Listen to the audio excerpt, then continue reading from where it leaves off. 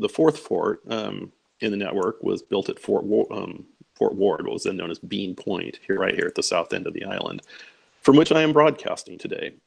Oh. And because any invading armadas would have to sail down Bainbridge Island, skirt through Rich Passage, and then make their way to the shipyard. So we would be the last line of defense. Construction began in 1900, and in 1903, in this article in the Seattle Times, it was noted that the fortification at Bean Point would be known as Fort Ward, and named after Colonel George H. Ward, who died at Gettysburg.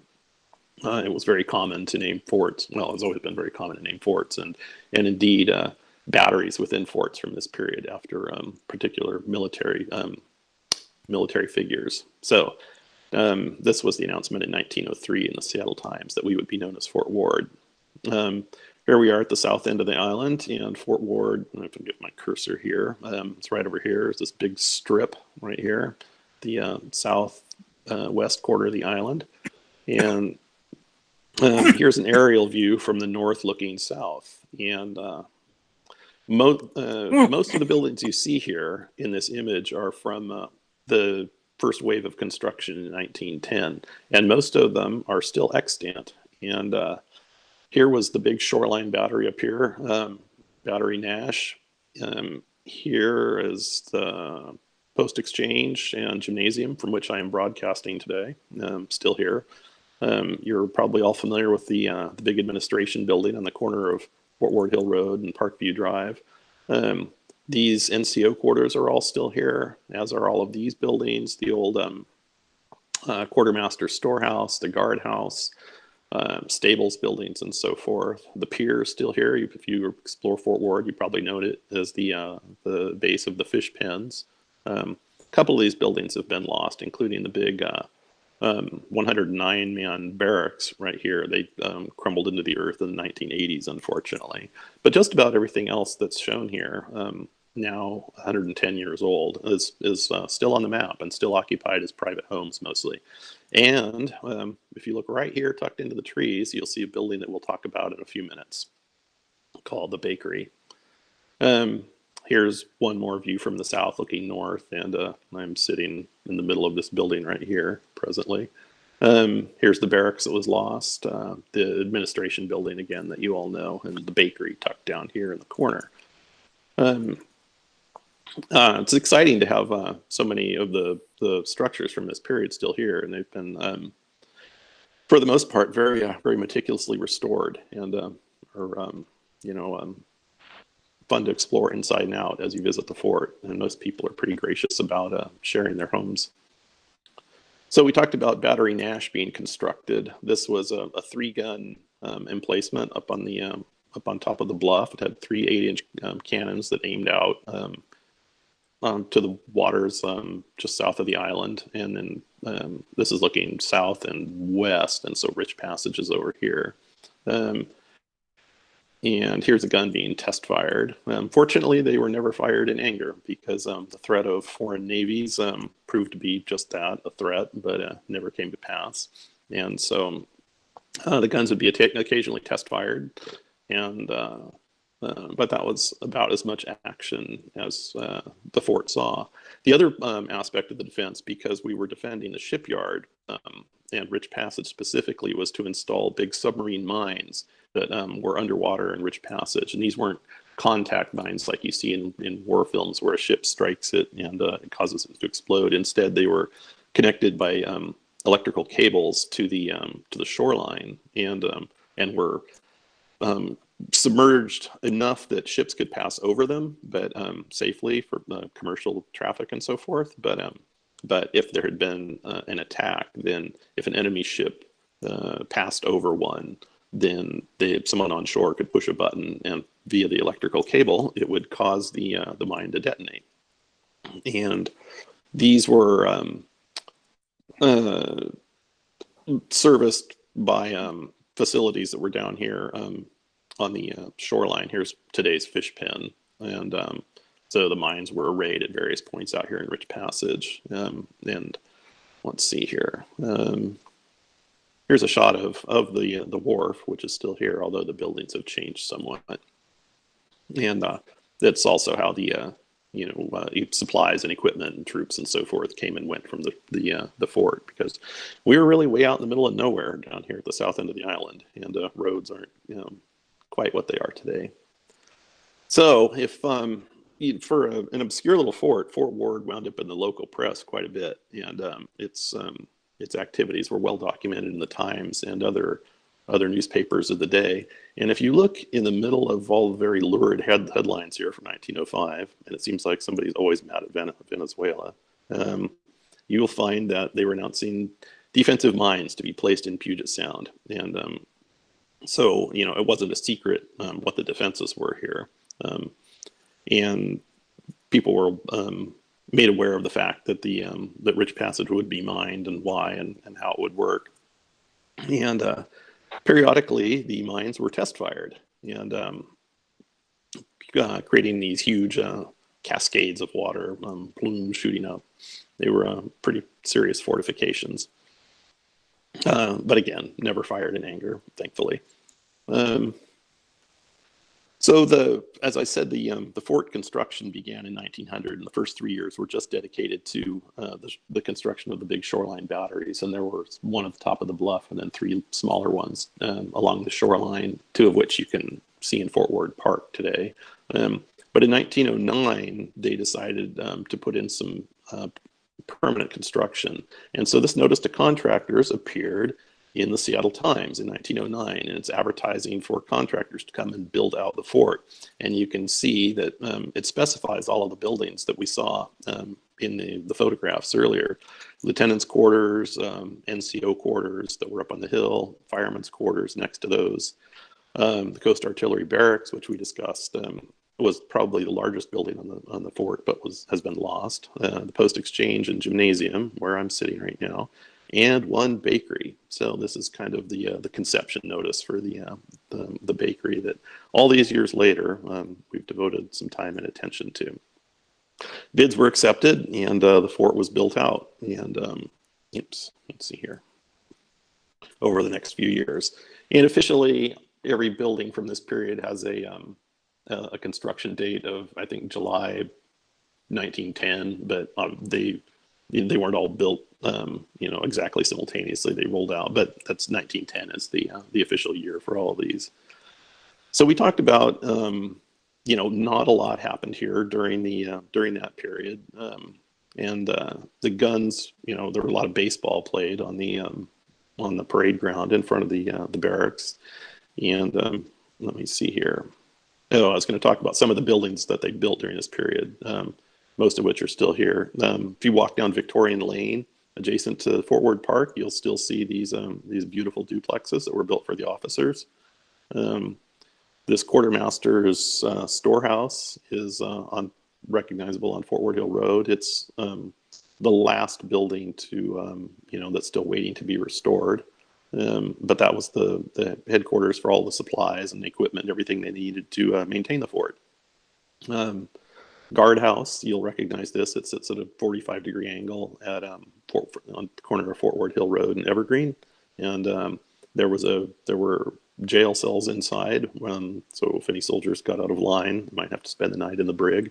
And let's see. Then the Post Exchange and Gymnasium, one end. This end of the building, there was a lunch counter and various things to keep and the fort post office. And at this end was more open for gymnasium type activities.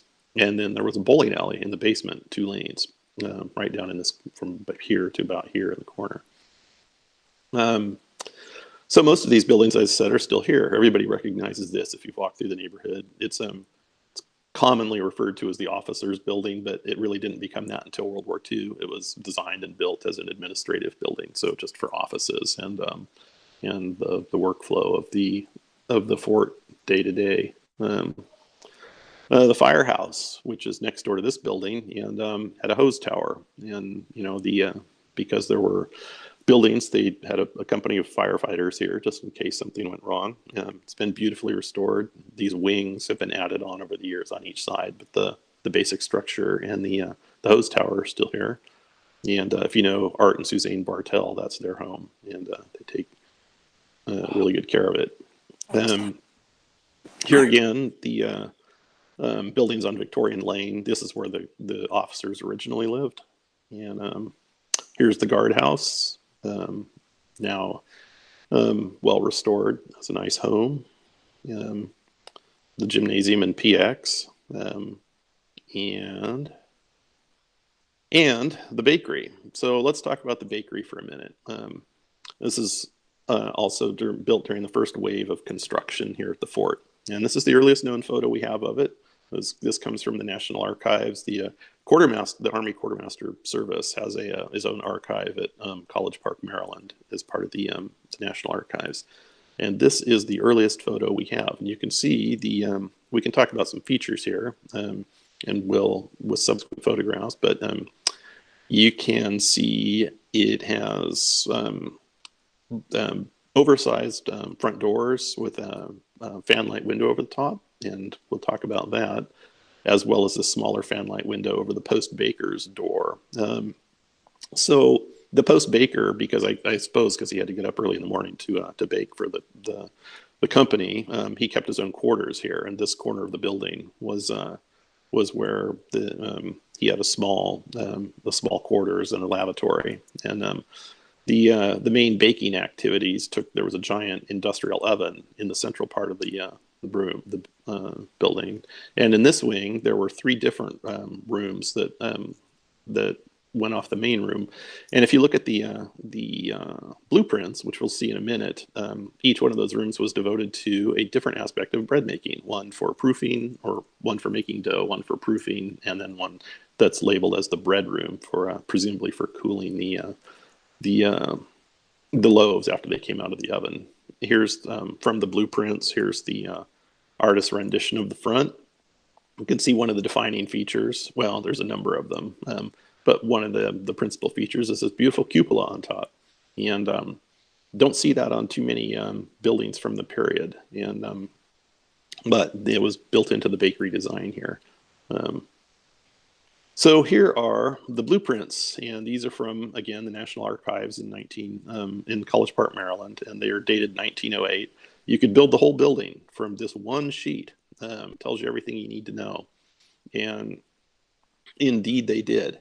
And as I said, if I could blow this up, you would see that there's a big industrial oven designated here, and then the 3 rooms: bread room, dough room, flour room, I guess, is one. Then we saw the post baker in that photograph standing in this doorway here. His quarters were right here, and a lavatory, and then a furnace room in here.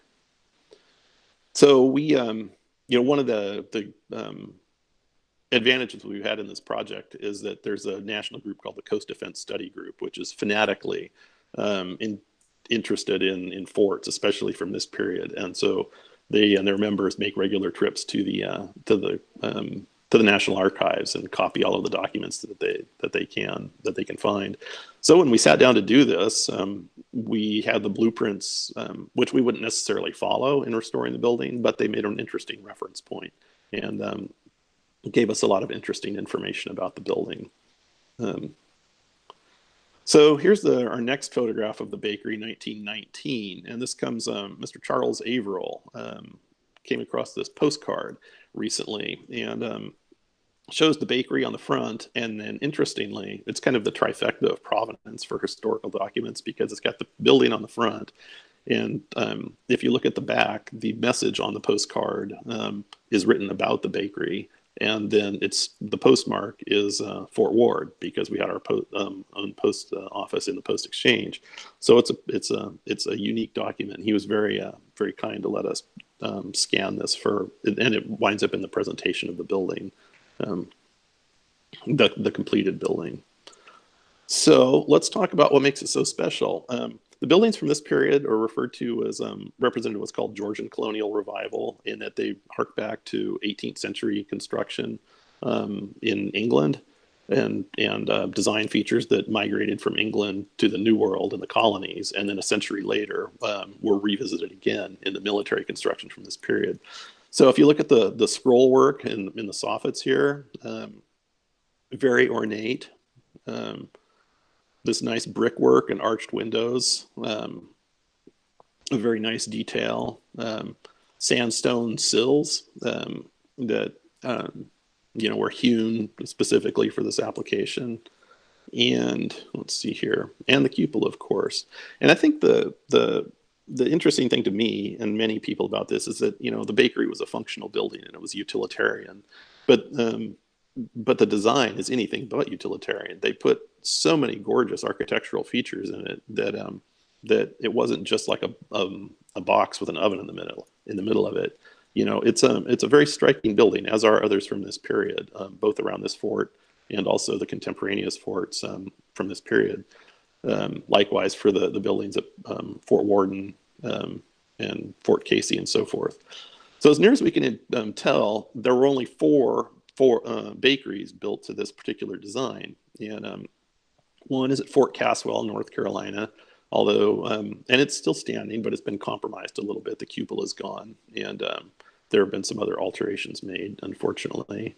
One is at Fort DuPont, Delaware, and I was fortunate enough to visit this 2 years ago, and it's undergoing a restoration as well. And then the fourth was at Fort Stevens down on the mouth of the Columbia, and we do have a couple of oblique pictures of that, but unfortunately it was knocked down at some point. So our restoration, while the building isn't unique, it's pretty close to it, and the restoration itself would be unprecedented for these buildings. Let's see here. So what happened in the bakery? Well, they baked bread, and this is the one, and they baked bread in volumes. and this is our one photograph of the interior of the building, and this is circa 1916. And we believe, well, first I'll say that you can see the big giant industrial size oven here, and bread table, carts with many, many loaves. And because, there were 120, 130 troops, or up to 150 probably at that time. So they would consume a lot of bread. And we believe this, the baker's name in this photograph is Corporal Horace Hawkins. We have a company roster from 1916, and amongst all of the titled people, all of the titled soldiers and officers and non-commissioned officers and rank and file troops and so forth, it specifically lists post baker as a title within the company. So it was an important post. Let's see. As we said, during this period, not a lot happened here. All of the conflicts were overseas, and so a lot of baseball was played. As you can see, Fort Ward, like all of the other forts, had its own baseball team, and you can see Fort Ward down the center of the lapels of the baseball team here. And they would play local teams and also teams from the other forts. And the baseball field was on today's parade ground. And here's the administrative building here again at Fort Ward, today's Fort Ward Hill and Parkview. That's where the flagpole was. And let me see, the other buildings that we've referenced were off here to the right and then farther to the south. But that was the parade ground of that period. And then in 1928, the Army Coast Artillery Corps moved out, and the fort was put on caretaker status for the next 10 years and got kind of overgrown. But things were, world events continued to unfold as they will. And in 1938, there was the rumblings of conflict in the Pacific. And so the Navy was looking for spaces to set up radio communication centers, and Fort Ward was sitting here vacant and had buildings, had infrastructure, and it also coincidentally was for atmospheric and other reasons, it was the perfect place to set up giant antennas and eavesdrop on radio communication traffic in the Pacific. And so what had been Fort Ward became Naval Radio Station Bainbridge Island. So there were a lot of new buildings that were added during this period for various purposes as the Navy moved in. If you walk down on South Beach, you'll recognize the South Beach condominiums. They were built in 1942 as naval barracks. And let's see. And the bakery was repurposed as a power station. And we'll talk about why in a second. Here it is in the foreground. So what was going on at Fort Ward during Naval Radio Station Bainbridge Island days? Well, as I said, it became a power station. This was a sign on the door saying high voltage, and that's because there was a giant diesel generator inside that took the place of the industrial oven. And so what was going on here? Well, in January 1941, the Seattle Times came over and wrote a story about what was happening at the former Fort Ward, now NRS Bainbridge. And they did this feature story and talked about how naval radiomen were being taught at Fort Ward. And these were young enlistees, and they were learning the art of radio communications and Morse code and so forth. And it's a great article. Some images from the enlistees, both in training with their typewriters, transcribing code, and at leisure in one of the halls and so forth. And what they didn't say is that at the other end of the fort, down at the former Post Exchange and gymnasium building, it suddenly had a wall around it for privacy, so that nobody could see what was going on. And here's an enlargement of that. That's because what was going on in this building and several buildings that were attached was top secret radio intercepts, and all of the men and women, I should say, because there were a large contingent of waves here by the end of the war as well, and they were excellent at this work. They had high-powered radios, and they were listening in via the antennas that were out on the parade ground. They were eavesdropping on radio communications in the South Pacific. This was both military and diplomatic traffic that was bouncing around the Imperial Japanese fleet and to and from their diplomatic corps in the United States, because this was still pre-war. And so these guys would, in this building and various other buildings here that were attached, would listen in on communications, transcribe the coded messages that they heard, and they didn't decode them, because all of that activity went on in Washington, D.C. By other young men and women. But they would transcribe the coded messages, and that looked like this in 5-letter groups. The Imperial Japanese code was called katakana, and transcribe that and send it off to the War Department in Washington, D.C., and that's where the messages would be decoded and analyzed. And this is discussed in a famous book called The Codebreakers by David Kahn. And page 1 of that book talks about exactly, the book begins with what was taking place at NRS Bainbridge right here in Fort Ward. Right on the eve of the Pearl Harbor attack, and this is mentioned in various movies, but the Imperial Japanese government sent instructions in a secret 14-part message that was supposed to go to the Japanese consulate in Washington, D.C., and they were instructed to formally break off relations with the United States, and that was supposed to happen right before the sneak attack on Pearl Harbor. And that message was actually intercepted here and sent to Washington, D.C. And it didn't say specifically that Pearl Harbor was going to be attacked, but it was clear to the analysts that something was going to happen, because the hour they were supposed to break off diplomatic relations was dawn in the Pacific. So it didn't really say that Pearl Harbor would happen, but it was or that Pearl Harbor would happen specifically, but it was indicative that something would happen.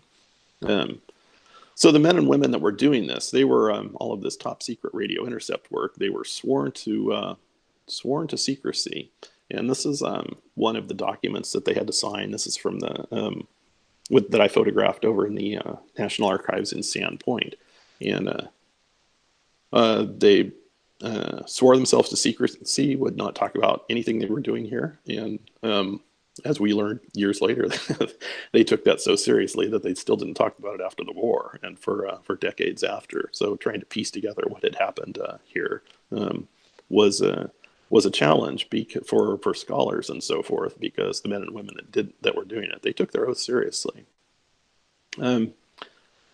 So Fort Ward, played its role in World War II that way, and the bakery was as I said, became a power station because all of those high-powered radios, they took a lot of juice, and so that's why the big diesel generator was there.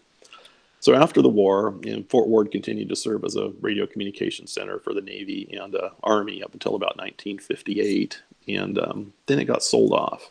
And there were announcements in the Seattle Times, this one from 1960, saying that some of the property was being contemplated for a state park, which you now know as today's Fort Ward Park.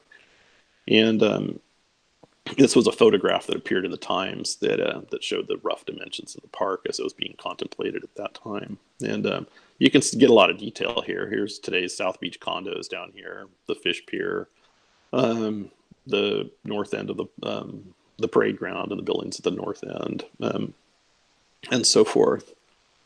Part of it was divided up into what came to be known as Fort Ward Estates, and you could buy building lots in Fort Ward for a song. They would actually, the developer who bought it and carved it up into building lots would actually had buses that would meet people at the Winslow Ferry and bus them out to Fort Ward to look at building lots and talk about, and they could see, I would like this lot, and good deals to be had. You could buy a building lot in Fort Ward for $995, which was just $100 down and $15 a month. And you can see here in this advertisement that the free bus meets every ferry at Winslow Landing. Come on out and buy an old building or a building lot. So there was kind of a land rush out here briefly in 1960. The fort had been abandoned, and so it was getting kind of decrepit at that point. And as the Navy military itself observed in this photograph, no condition of sidewalks, things were getting a little bit run down. And indeed, some of the buildings, including this one, were sprouting a lot of ivy. But that was to change. And, mostly Fort Ward was just kind of there were some people that moved into the old buildings. I call them the Fort Ward pioneers that moved in the early 60s and started the process of restoring them as homes. Fort Ward was a cool place to grow up because you had the gun emplacements here that you could explore and run around and play soldier or whatever. And let's see. But then in the 90s, when it became apparent that pressures from growth and development were going to irrevocably change the neighborhood, and there was going to be a lot of new homes and a lot of infill, that's when we started talking about preservation. And there were two goals that really emerged, and one was to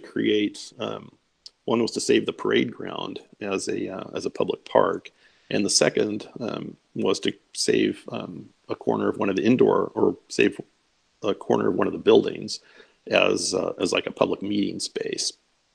And so that was kind of but nobody knew where that was. There were some ideas, but in 2002 we did save the parade ground, and actually were able to locate a number of the veterans who had served here during World War II and brought them back in for a ceremony. And this was in August of 2002. And here was Congressman Jay Inslee at the podium. He was so gracious as to come and to honor these gentlemen and their families for their wartime service. And they were each given a certificate and honored for the part they played in defending the country in World War II. And it was pretty. We had the Navy band. And it was a pretty monumental day. I don't know if any of you were here, but it was cool, and very meaningful for these people, for these veterans. Here's the flag going up in the new flagpole, which is a different part of the parade ground. And This gentleman, I remember I mentioned this article that appeared in 1941. Well, he was actually in the article. And so here he is 60 years later pointing himself out. He was in this photograph. And so he certainly enjoyed seeing himself back in that moment. And people were certainly delighted to relive that with him. It was really cool to have him be able to find himself in that old photo from that monumental story. And we had a plaque placed in the parade ground at that time, which honored the servicemen. You can find it next time you're in Fort Worden. Go to the base of the flagpole, and you have to root around through the brush a little bit. We need to cut it back, but there is this special plaque that we had made that honors the veterans for their service. And there is if you look closely, there is a special Morse code message on the inside of the ring, and it says, thank you, service vets, for a job well done. And that was dedicated August 10th, 2002. Which brings us back to the bakery, because as I said, the first goal was to save the parade ground, which we did. And the second goal was to carve out some sort of either save a building or carve out a space in one of the buildings that we could use as a community meeting hall. The bakery along the way had been, it had been turned into a private home. Here it was in 1960. You can see that the Navy had made some changes to it, like these beautiful big windows. The Navy had bricked them over when it was a power station. And then subsequent homeowners would make more changes still. Here it is in 1976. You can see that a carport has been grafted onto the outside. And you can see now that there's steps up into the building, which means the floor inside was raised. And they did that so that they could run pipes and a heating system underneath. And so the volume of the building inside was suddenly much smaller, because there was a floor that was 3 feet. There was 3 feet high all the way through the building. And by 2015, it was in sad shape. It was unrecognizable from its original self. The cupola was still there, and it was still structurally intact. But look at all the changes that had been made here. The windows were still bricked over. This carport had been grafted on. There was this porch in front that obscured the front doors and the original facade. Other changes that we'll see. This is not the facade that the architect had in mind, and to put it mildly. And this front porch had been enclosed, and it was protruded out. And you can see steps that go here that go up into the modified front entranceway. These windows that the Navy had bricked over had only been halfway opened, and so you had scenarios like this where there was a window and then a big patch of brick, and then the sandstone windowsill was down here. This doorway had been bricked over and was now a window, a patch of bricks, and a hatch for a crawl space. It was a mess. It really was.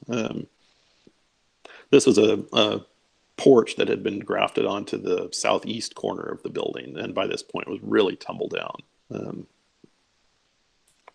Here's one of the windows that the Navy had covered over with bricks and that had never been reopened. And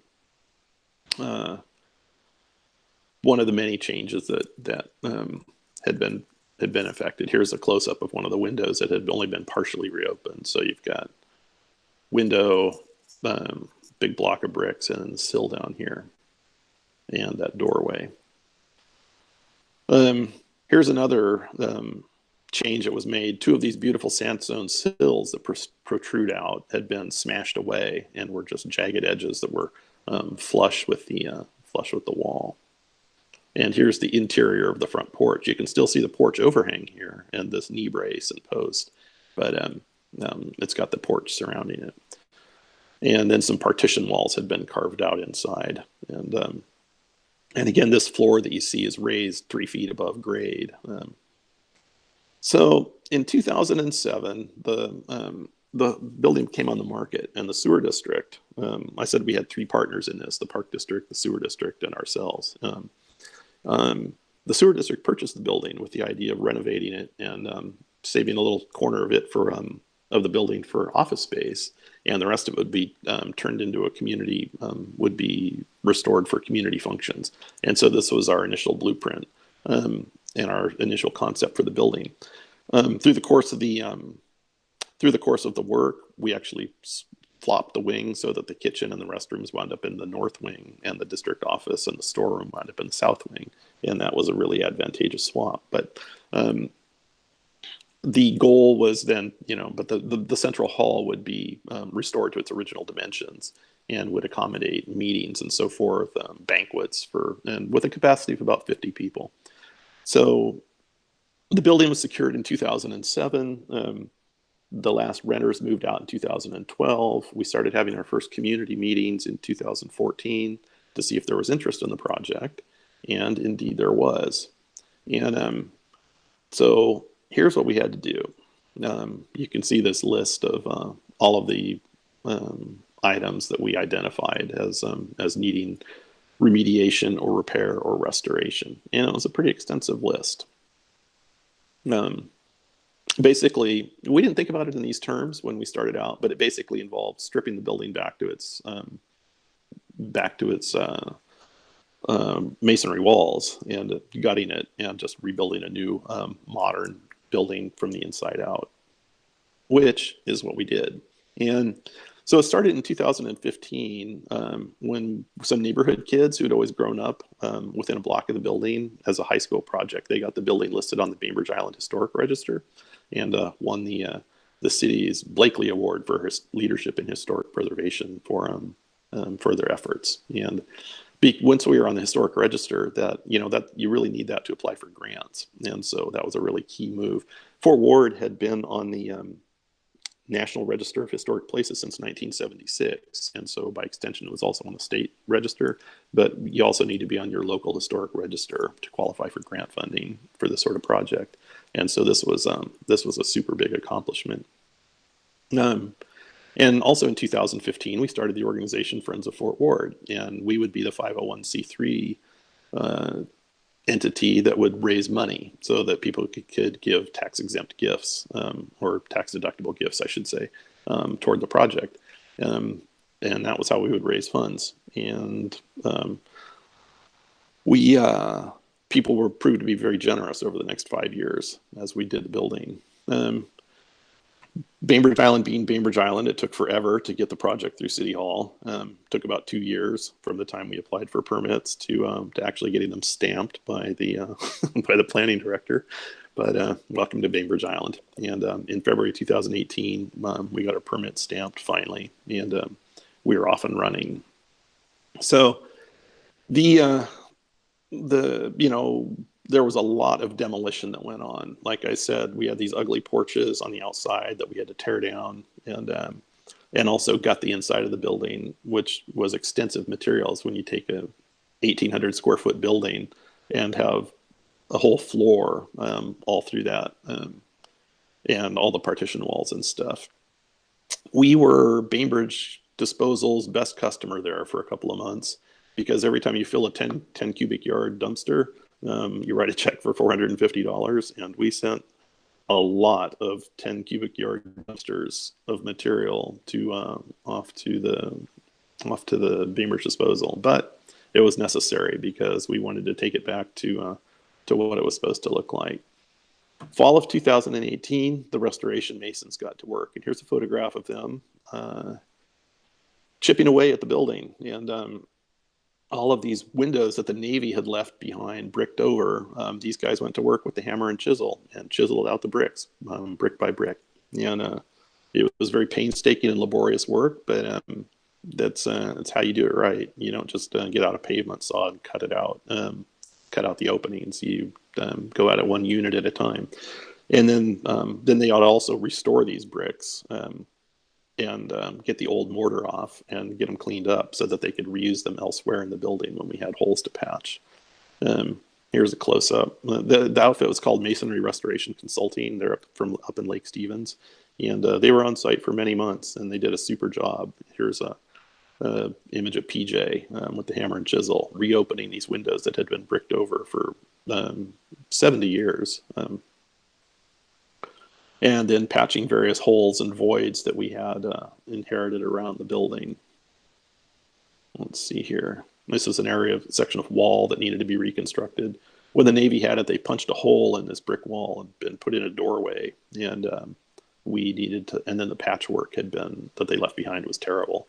And so we had to restore that. I mentioned these beautiful sandstone sills that had been badly damaged. They'd been smashed away at one point. Not really sure why. And so the challenge would be to take these out of the wall. They're very hefty, and get new ones made. And so we found a sandstone quarry that is in Falls City, and it's only open intermittently. But they harvested 2 new stones for us, and then the masons worked with a carver who was able to shape them into the proper profile to be restored. And here's one of these beautiful sills being reinstalled in the wall, and just like new. We're very proud of that. We had to make a choice early on whether or not to do real sandstone, or we could get concrete reproductions. And we kind of figured that the building had been kind enough to last 110 years for us that we could do right by it by spending a little bit extra and getting original materials. And also because under the Department of Interior standards for historic restoration, you want to use original materials and replace like with like as much as you can. And so really the only cost a little bit more and certainly took longer, but we're very proud of that detail, being able to put original sandstone, real sandstone back in. Still has the century-old slate roof, and it had gotten a little bit leaky over the years, so we had to bring in a slater from Vashon Island. He's associated with Hanley Roofing. You see their trucks all over the island doing work. And this gentleman's particular expertise is slate, and he does the slate on the mansion building at Lodell Reserve. And that seemed to us like a pretty good credential, and good enough for their building, then good enough for the bakery. And he did a terrific job getting it, replacing slates as needed, and making new copper flashing, and getting it all patched up so the roof no longer leaks. And that's 110 years on, the original slate is still going strong. So we talked about these oversized doors and the fanlight window over this beautiful facade. Well, when it got turned into a private home in the 1960s, and they added a false floor inside that was 3 feet high, then these doors and windows obviously no longer fit. And so when we took the building apart, we had no idea, we assumed they were lost because nobody had seen them for many, many years. And one of the surprises along the way was that they'd never actually left the neighborhood. The doors had been, rather than throwing them away or burning them or taking them to the dump or giving them away, they were just stored in a shed on the property, and there they sat for another 20 or 25 years. And then a gentleman who lives up the hill had salvaged them from that and put them on his garden shed. And there they sat. These were the original doors from that building, a century old. And lo and behold, his wife also had the 2 fanlight windows, and there had been storing them in their garage. And so they were very, very gracious. This is David and Joyce Stetler. They were so gracious as to give these back to us when we explained what we were doing, and so that we could restore them in the building. So here's one of the doors down in our basement. They were pretty beat up by the time we got them. Had many, many coats of lead paint and lots of dings and dents and bumps and things that needed work. But I spent about 6 months they spent about 6 months in our basement and getting them back up to snuff. And then earlier this year, this was in March, Willie from the Park District construction team put him back in place for the first time since the 1960s. And it was just a monumental achievement. And here they are today. That's a site nobody has seen, and since I guess the perspective I I give on it is that they were installed during the Taft administration, disappeared during the Kennedy administration, and have been restored on the cusp of the Biden administration. That's how I like to look at it. We're very, very pleased with that detail. Since we had those fan lights as a model, and we knew that we would want to use more around the building, other doorways, exterior, interior. The guys at Barn, we took the smaller of the two and took them to Barn and said, "Can you guys make fan light windows for us?" And they had never done windows, but they took it on as a community project. And so now we have these custom fan lights that are arrayed throughout the building. Here's one over the cloakroom doorway, and another one on an exterior doorway in the southwest corner. We also found, this was a third door that we found, one of two extras, there are two more that we found that had been hiding under the false floor. So we were also able to restore those and put them back in place. The funny thing, we found this in December of 2018 and pulled it out from under the floor and hung it back in place in about 10 minutes. Like it had never gone anywhere. There was restoration subsequent to that, but it went right back into place. It was very exciting. We used period lighting. These were we wanted a special look for the lighting in the kitchen, and these were some lights that we had salvaged from old Fort Worden many years ago, were donated to us. And I think these are 30s or 40s vintage. And so we put those in the kitchen. Where we couldn't use vintage, we tried to look that way. Like we insisted on fir doors, 5-panel fir doors, and all the way around. And let's see here, put in some vintage looking fixtures, trying to evoke the original 1910 look and feel of the building, because that was its period of significance. Here's a shot of the interior today, and this morning actually, and Port Madison. We had many, many, many generous donors throughout the course of the project. Port Madison Wood Floors donated all of the materials for this beautiful hardwood floor, and all we had to pay for was the installation. And you kind of have to see it in person to see how gorgeous it is, but it's beautiful. Here's the original front doors again, with newly installed with the appropriate hardware, and in this fan light window. Let's see here. And it was a bakery, and so all roads inevitably would lead to the kitchen. And so for purposes of its use as a community hall and to honor its original intention as a bakery, we installed a double oven. And we hope that, and when you come in through the kitchen door, it's the first thing you see. And we hope that as people put the building to use as a community center, have classes and functions and anything they can think of here, reunions and neighborhood events and gatherings and holidays and so forth, that we hope people take advantage of the ovens, and we would love to have the scent of fresh baked goods wafting through the building once again, as they were originally in 1910. It's just it was a little more expensive, but it was a detail that because it had been a bakery, we wanted to harken back to that, to its original use and honor that.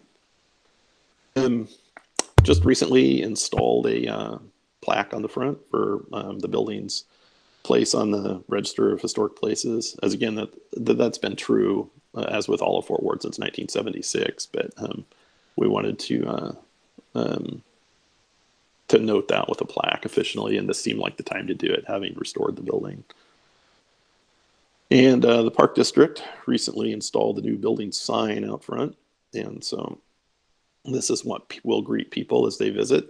Go down Fort Ward Hill Road, turn left on Evergreen, and it's half a block up on your right. Shouldn't miss this sign. So in closing, I wanted to look at, and I'm be glad to take any questions about the project. In closing, I want to go back to three perspectives here. What the building looked like in 1910, shortly after construction, what it looked like when we inherited it in 2015, and what it looks like today. And we are, very proud of what we've achieved, not individually and, not even collectively, but with so much support from the community over the last 5 or 6 years. the number of people who have given donations, large and small, donations of material, donations of time, donations of inspiration and creativity. It's just been phenomenal. And it's the community hall that the community built, and we're just pleased to have been the conduits through kind of which it all flowed.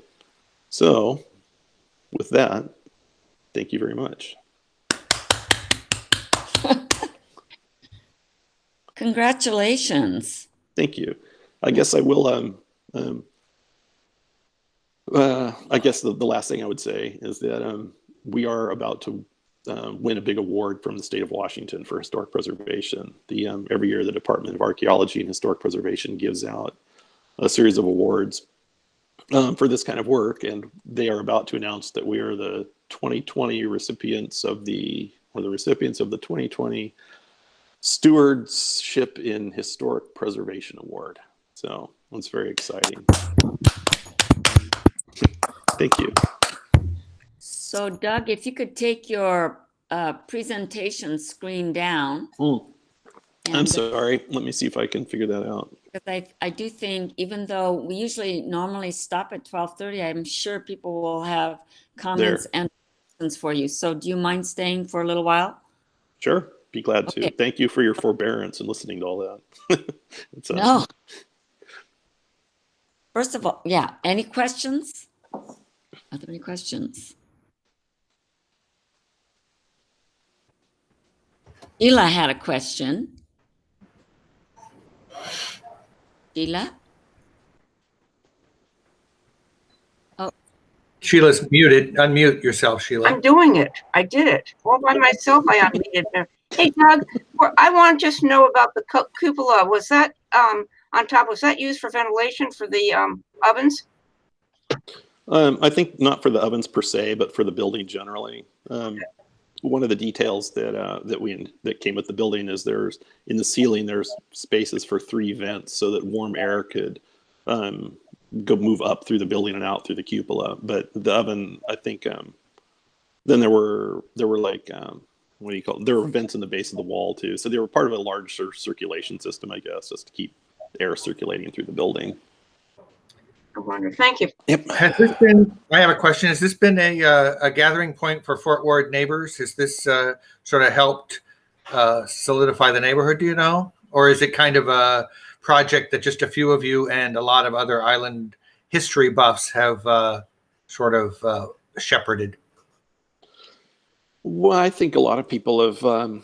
I've certainly met a lot of people in the neighborhood who I didn't know through the course of the project, and people have followed it very closely. We've had some, events there that leading up to the restoration as we were trying to gauge neighborhood support. But yeah, I think people have definitely come together around it. I'll give you one example, and it's kind of an embarrassing example, but I've lived in the neighborhood for 25 years at that point, but I'd never met the Stetlers, the people who had the original doors and windows, and even though they just live up the street, and also live in one of the old historic homes, and it's I don't know how over that period of time I never met them, but it's like the neighborhood got smaller when we crossed paths, and that was pretty cool. I have a mundane question. Yes. And a larger comment. What happened to is the bowling alley still around? It's not. It's when I mentioned during World War II, when the Navy moved in, they repurposed all of the existing buildings, and so this building, the Post Exchange and Gymnasium, got turned into the secret radio communications center, and the area in the basement where the bowling alley was a radio repair shop, and they actually built a new recreation center down on the water, which if you've been around the island for a long time, you might remember as Sunset Lodge. And it had a bowling alley, and it burned down, unfortunately, some years ago, but the bowling alley got moved down there. And the other thing is, clearly you're like a walking encyclopedia. information that you can just kind of tap at your fingertips. And I was wondering, and you also have this kind of drive and passion about this whole project. And I'm sure that was very helpful in trying to get people to join you. But can I ask where that interest, what the genesis was? And well, I guess long-term residency, and my sweetheart's father wrote the history of the fort, and so that certainly informed things. And I think you just live here and you pick up a passion for the fort and its history, and it just becomes, it's like osmosis.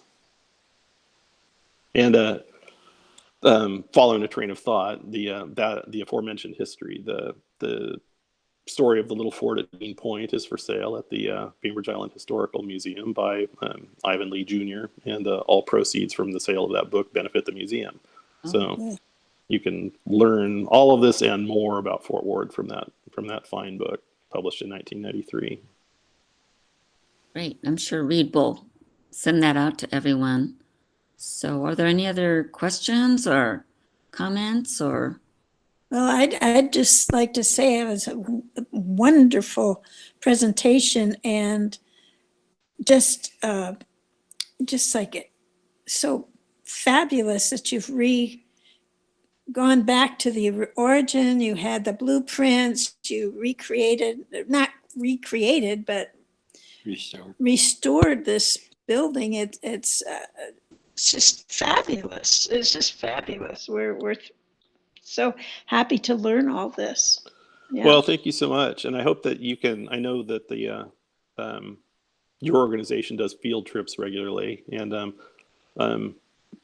I imagine that's curtailed a little bit by present health or public safety considerations. But at such time as we can all take field trips and gather together in a group, I hope you will come down and visit the building and see it firsthand.